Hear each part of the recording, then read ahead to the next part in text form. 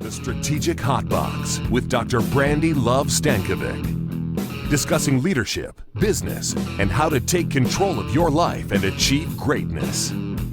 From the streets of Las Vegas, energized, informed, and never diluted. It's time to kick some ass. Hey, it's your girl, Dr. Brandi Stankovic. We're back on the Strategic Hotbox in a studio. How pretty is this studio? Very nice. It's so very, very impressive. And I have my friend Elefterios, Sakoulas. That is right. I am here.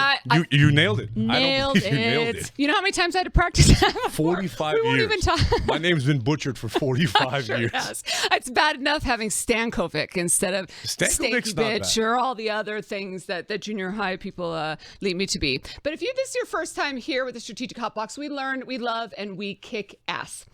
And as you may know, I love to bring in guests that are doing something especially cool, some kick-ass things out in the field that they can teach us something so we learn a little about different industries and different people. And then we always talk about love, the importance of relationships in business, how we can support one another as humans, and then, of course, give you those tools that you need to take out in the field and start kicking ass today.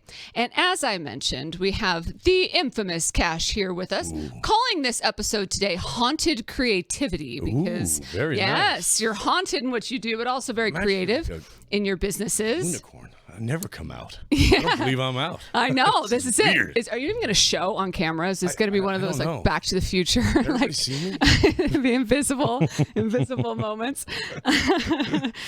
So I'd like to talk a little bit with you about what it is that you do. So if you could set the stage with, you've come up in business, you're an entrepreneur, you have helped create, which we're going to dig into some different experiences, but how did you get into this? Did you just, jack of all trades? Yes, jack of all trades. Mechanical engineer by trade. Okay. I went to aviation high school. I worked on airplanes for 4 years.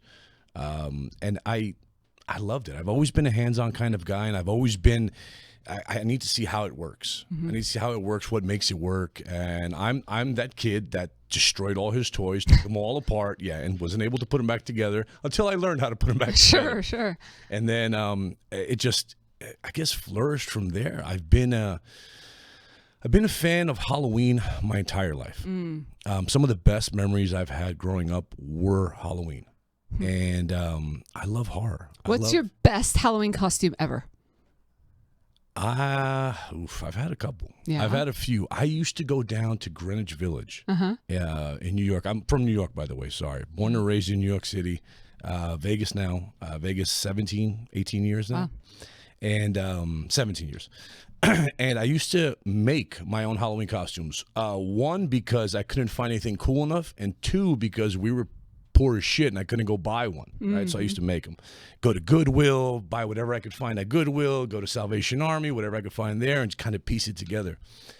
Excuse me. And then one year I got some football shoulder pads and I did this whole contraption with wings and a pulley system and aircraft cable, and I had this demon mask that I made, and I went out, I went on the subway that way down to Greenwich Village dressed in a full demonic angel kind of creature. And wound up winning like 3 different Halloween contests.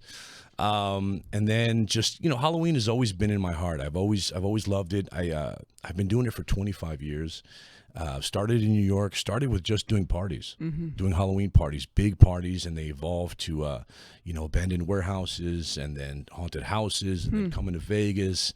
I met up with a gentleman, also an entrepreneur, smart, great guy. His name is Jason Egan.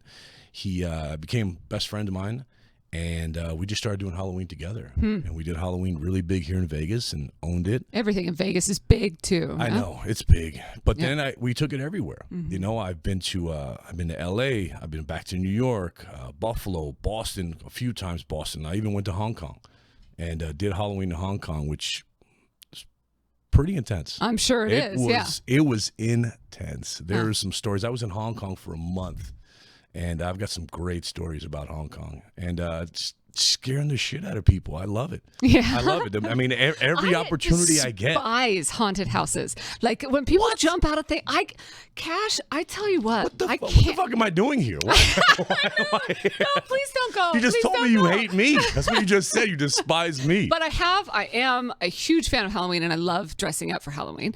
And every year try to get into it as possible. And have been teaching my boys to go beyond the costume store packaged costumes. But my favorite ever was I did Married with Children.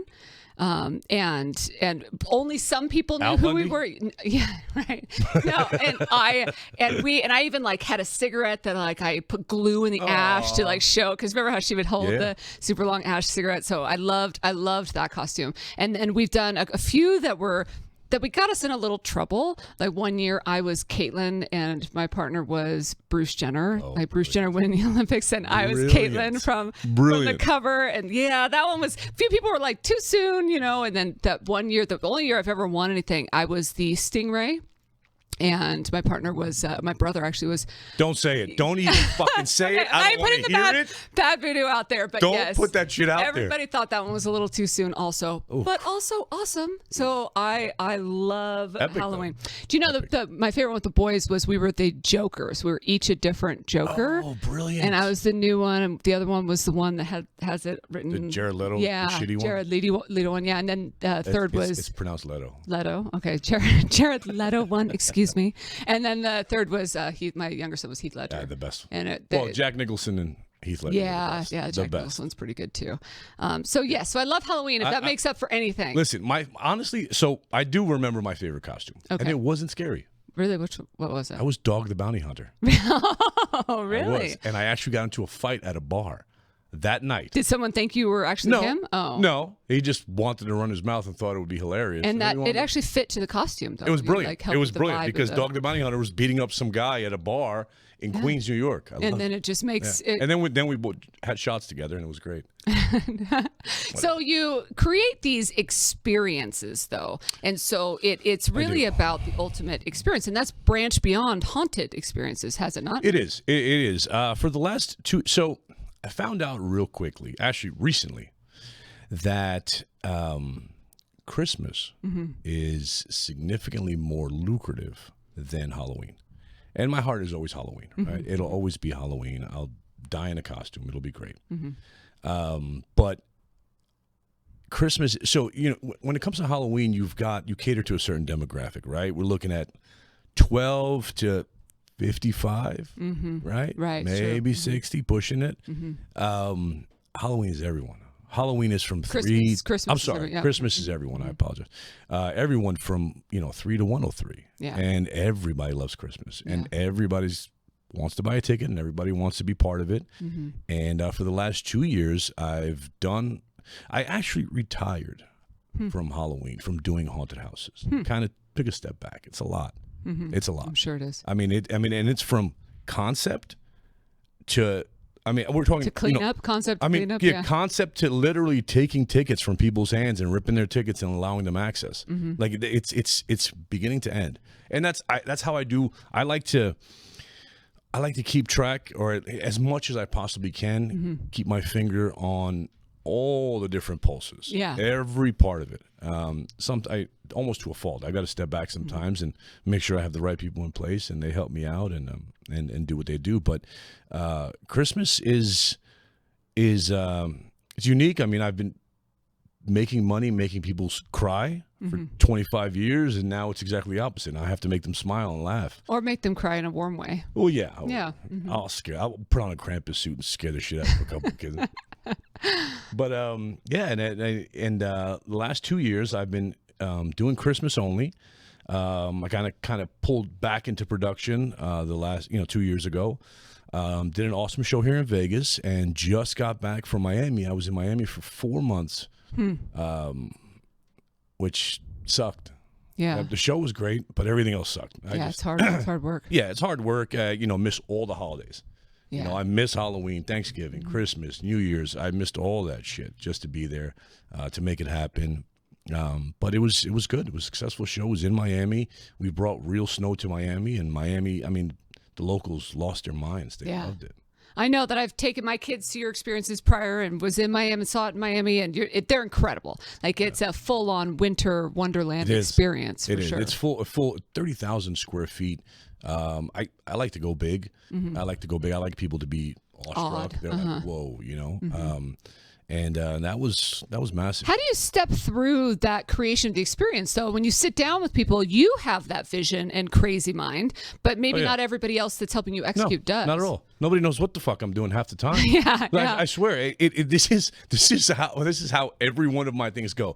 It just automatically comes to my head, and I start seeing it, and then I try to draw it and put it on paper so people could see what it looks like, and they fuck it up all the time, and I get upset and I yell and scream, and then I start doing it, and I'm very hands-on. I'm very hands-on, but I'd like to be hands-on. You know, I don't like to just point and do that shit. I mean, I feel that I've always, whatever I have done in life, I've always, you know, if I have a crew and I'm working with, you're in it. You're 100%. I'm in it. I feel like I think it's very important that's how I gain my crew's respect, my people's respect, my team's respect.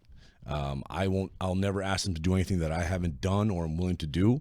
And if they're in the shit, I'm in the shit with them. You know, 100%, always. And same thing on the positive side. If I eat, they eat. Right. Yeah. Well, and that's that. I think that being a true entrepreneur is just that. Like, I talk to people about compensation. I talk to people about anything else. As the business grows, we all grow, and that's part of it.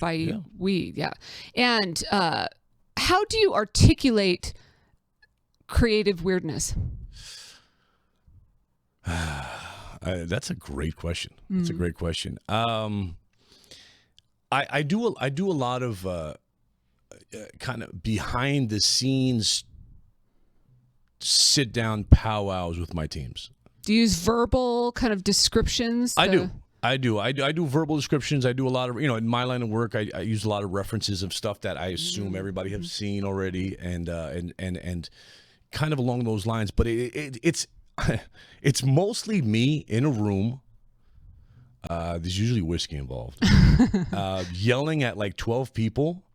To make this, to build this, to do this, just the way I want it. Right. Yeah, and then I'll go in and give the final touches, and I've kind of assembled a really good team. That's great. I put together. I have a really, really good team. Actually, Halloween team is spread out all over the country at this particular moment. The Christmas team is here in Vegas, but I mean, you know, they'll be here. Yeah. You know, and I think everybody that's listening and watching can relate to the fact of sometimes I know when I have to talk to technology teams or if I have to talk to the sales team, everybody has a different vibe, and you almost have to speak multiple business languages in order to articulate or create a shared vision, right? So it's not just my vision or your vision, it's absolutely. It becomes our vision. And I think also then you did bring up a good point earlier in the fact that maybe you have to catch yourself of having too much of a pressure on the pulse or being too involved in allowing people to celebrate and grow in that way. I'm good at delegating, but then I'm horrible the moment I finish delegating because I'm all over it. And it's fine. I mean, I'm evolving as well. You know, as things go, because I've come. You know, I've done different things. I mean, I was when I first moved here to Vegas, I was a mechanical engineer for a hotel casino on the Strip. And I was there for 15 years, almost 15 years I was there. And I went up through the ranks. I started as a line level engineer, which I loved. I moved up to senior watch, moved up to third key, and, you know, all the way up to facility manager. And then I was behind a desk. And then the moment that happened, I've learned a lot about myself in the last 5 years. Okay. I've learned that if, and actually credit to my wife for this, she pointed this out, and I just totally oblivious to it. If I'm not creating, I'm miserable. Yeah. I'm miserable. Brandi, the moment they put me behind a desk, you put me behind a desk, you ask me to do fucking reports and approve time off and do budgets. It's sucking the life. I hate my life. I'll jump out of the fucking window. I hate it. I can't do it. I get it. I can't, and I've always thought to myself, like, I always find myself going into these like, you know, because you're good in a job, and I get to a certain point at whatever job I'm doing, where I'm like, I don't even need to be here. This is running on its own. It's operating. Everybody's cool. Everything is great. It's working great. And I'm stuck here approving PTO. Right. Fuck this. I hate it. Yeah. So I got to that point at that job, and it was a great job. And I went to the corporate office, and I said, I put my 2 weeks in, and they're like, right. Like, somebody would kill for this job. I said, not me. I said, I'm not willing to kill for it or die for it. Fuck it. I'm out of here. And I left.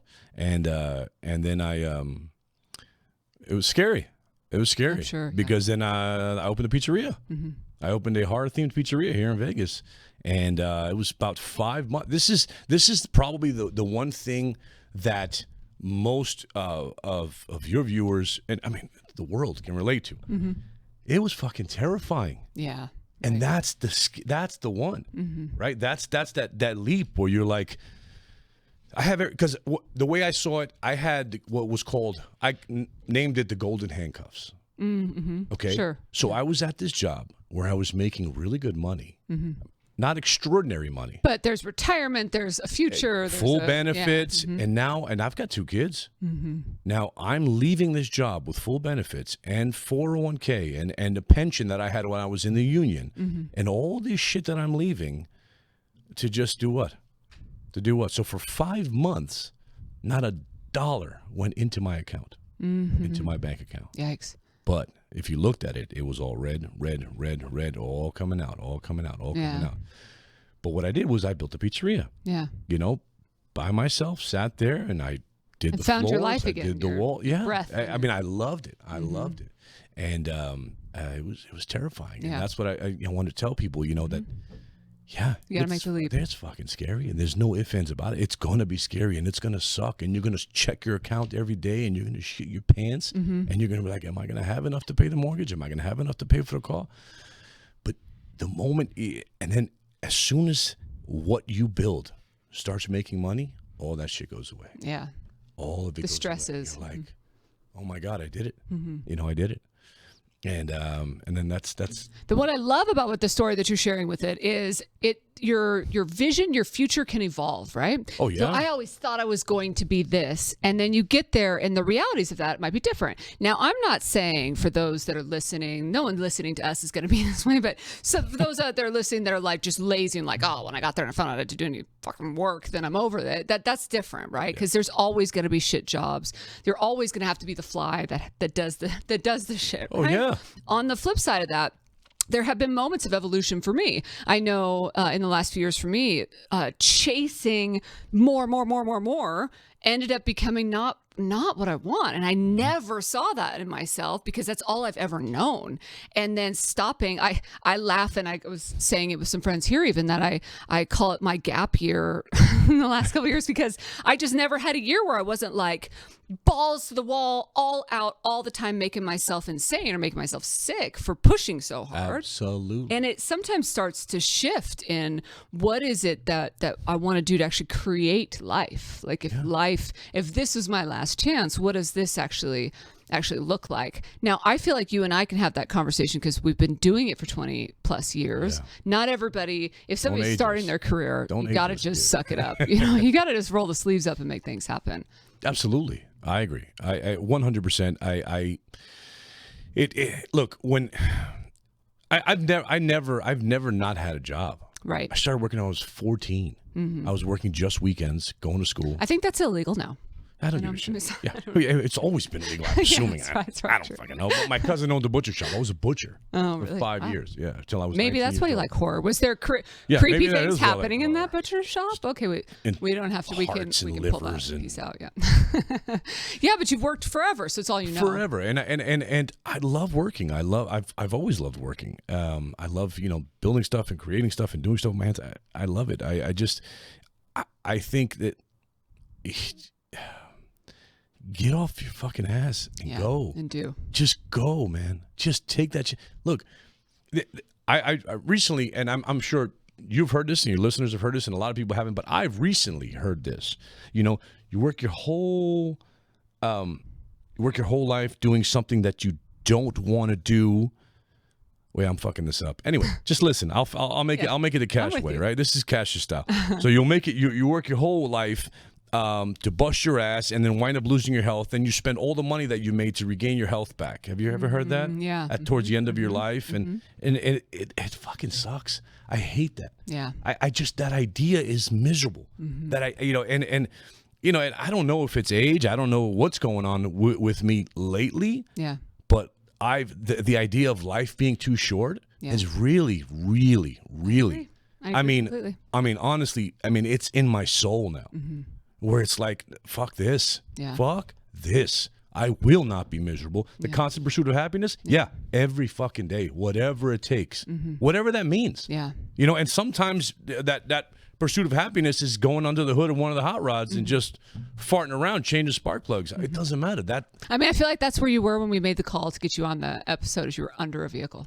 Yes. Yeah, you're right. You're 100% right. I was under my truck, under the hood of my truck. Yeah. But you're right. My friend Justin said to me, and I may have shared on the podcast or not, but health is a freedom that very few realize until they no longer have it. Yeah. And as we get older, we were laughing about, you won't see a podcast without glasses anymore because I can't see without my glasses anymore. And life, nerd. I know. At least I'm a hot nerd. You're a hot nerd, though. Yep. Hot nerd, ladies and gentlemen. At least, but you go through all this process and you do become more appreciative of things along the way. So when you're thinking about your experiences now, like in your when people are going through it, bring me back in because you got to reel me back in because I'll keep going. We'll be here for hours talking about all of it. How do you know if it's a success? What's the gauge? It's not money. It's not. Okay, because I had a good run on the pizzeria for 2 years, and then I recently walked away from the pizzeria. Just done. I gave it up. Was it a success? Yes, it was a success. And it wasn't the money. So yeah, I made money on the pizzeria, and that was great. It was fine. But me personally, what was the most successful part of it is I learned my son's work ethic. Interesting. Right? Yeah. Totally different. Yeah. And fuck the money. I learned that this kid at 15 years old would go to school every day, 5 days a week, go to the gym after school, and then come to the damn pizzeria and close the fucking thing with me. Then go home and do homework. Hop in the shower, go to school, and do it all over again. 5 days a week. Not only you learned it, but you also bred that. You helped create that. Yeah, right. Yeah, his dad busts his ass, and he likes working too. He wants his own money, and he wants to be independent. He wants to be strong, and I learned that about him and my daughter. My daughter too. My daughter would put in tons of hours at that pizzeria and time, and I learned that, and I loved it. And I made a lot of connections, a lot of great friends. Networking was fantastic. I met tons of new people, influential people, good people. Solid people that I can talk to and bounce ideas off of, and maybe even invest in future projects. Tons of stuff. Where do you find inspiration? So if you're thinking about creating an experience, or if people listening are doing something creative in their business, where do you go for inspiration? That's you can't ask me that question because my inspiration is creepy. Or Santa. It's like, I don't know. I'll just watch Texas Chainsaw Massacre 10 times and then. To each his own. No, it comes from inside. It comes from within. You've got to. I'm a strong believer in find what you love. And I totally believe that. I've got a plan. I'm 45.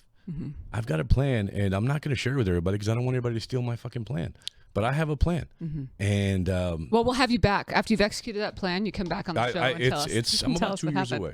I'm about 2 years away. Great. I will be retired way before I'm 50. Good. And now might not be something you want to hear, but I will be on the beach in Greece, either in a house or in a cardboard box. I don't give a shit, but I will be there. And I had already arranged. I already told my kids. They already know what's going to happen. But most likely it'll be at a house. Trust me, it won't be a damn cardboard box. But if it is a cardboard box, it'll be a badass cardboard box with a haunted house cardboard box next door to it. I love it. But yeah, that's. It's got to be. And it's cliche. You've heard it a million times. Find something you love. You'll never work a day in your life. Yes, 100% Yeah, love it. And I plan on dying under, I don't know if I could say this, Either under a badass hot rod or under a beautiful, I mean, I filled in the dots. So we'll let everyone else fill in the dots. Under my beautiful wife. Let's put it like that. Yeah, but I'm planning on croaking one of those ways. But I'll never stop. Especially if I'm doing what I love, which I will be, it'll be forever. I'll die on a stool welding, happy. And answer this 1-2 word response. If I could, I would blank every day. Oh, good question. If I could, I would blank every day.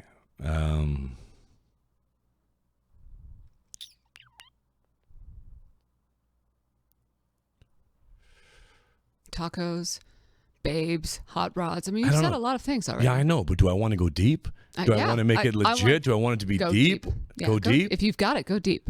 It's got to be play with my kids. It has to be. That's my number one thing in life. My babies are my heart. Way better than I deserve, by the way. Both those If that kids. was deep, what was your shallow? Probably tacos or PBR. Always PBR's up there. PBR, yeah. Busting my knuckles on a small block Chevy. Yeah. I love that. And the world would be a better place if... All right, your choice. Deep or shallow? You tell me because... well, now I want them both. You want them both. The world would be a better... Okay. I'll just give you one. And I'm big. I don't know what it is. If it's the Greek in me, the philotimo that everybody talks about in the Greek culture. I like harmony. I like wherever I am, whatever's going on. If somebody's beefing or some shit is going on and people are agitated, upset, I hate that. I like to take that out of the room wherever I am, whether it's work or my social life, whatever it is. I like to take that away. Okay. I like harmony. I want everybody to be okay, everybody to have fun. And I know but when we're together, I want everybody to be harmony. So I would say kindness. Lead with kindness. Number one. It's so much fucking easier, instead of being a dick, to help the person up or make sure they're okay. Ask them if they're all right, It's got to be, for me, kindness. The world will be a better place if people were just not assholes. And I'm an asshole, but it's justified when I'm an asshole. I love it. Yeah. I absolutely love it. On that note, let's head out to our shout out.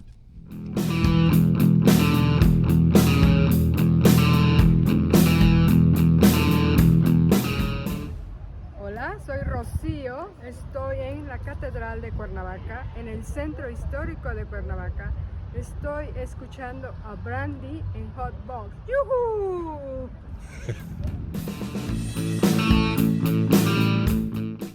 Thank you to my friends. Gracias to my friends, mis amigos in Cuernavaca, in Mexico, for the shout out. And so if we bring it all back together, if we could leave the listeners with a takeaway, a kick-ass takeaway, what would it be? I've been all over the board. I don't know. I mean, we've talked about creating an experience, sharing a vision, having fun, evolving what that vision is as we move forward, having passion.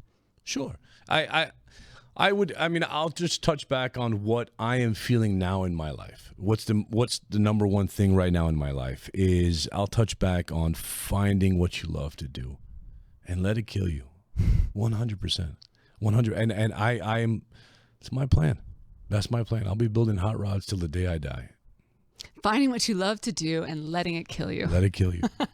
I love that. If people wanted to get a hold of you, how could they do that? Call me. No, I'm just joking. You see me at the bar, buy me a drink. I'll come over. Hit me up on my email. Okay. I've got a couple. Let's do for you guys. Let's do getslicedlv@gmail.com. So getslicedlv, all one word, at gmail.com. That's correct. Excellent. Beautiful. Thank you so much to Cash for being here and sharing his love with us. Thank you to all of you, our listeners, faithful listeners, for being a part of the podcast. As you know, we're available anywhere that you want to watch it. YouTube, Audible, like the iTunes app. Do they even have iTunes anymore? Did I just date myself? Apple Music, whatever. Or you can find us on all the social medias as well. Instagram, Facebook, even TikTok. I went out there and I did it. TikTok at Dr. Brandi Luv. I don't even know what that is. Instagram at Brandi Luv. Yes, you do. Whatever. I'm going to make a TikTok of Cash after this just for all of you. And of course, if you're ever sitting on your couch and just watching and you happen to have Roku, we have a Roku app as well. And you can download and check it all out and brush up on all of your Strategic Hotbox. Until I see you again, all of my friends, thank you again to Cash. Thank you. Thank you to all of you. Get out there and kick some ass.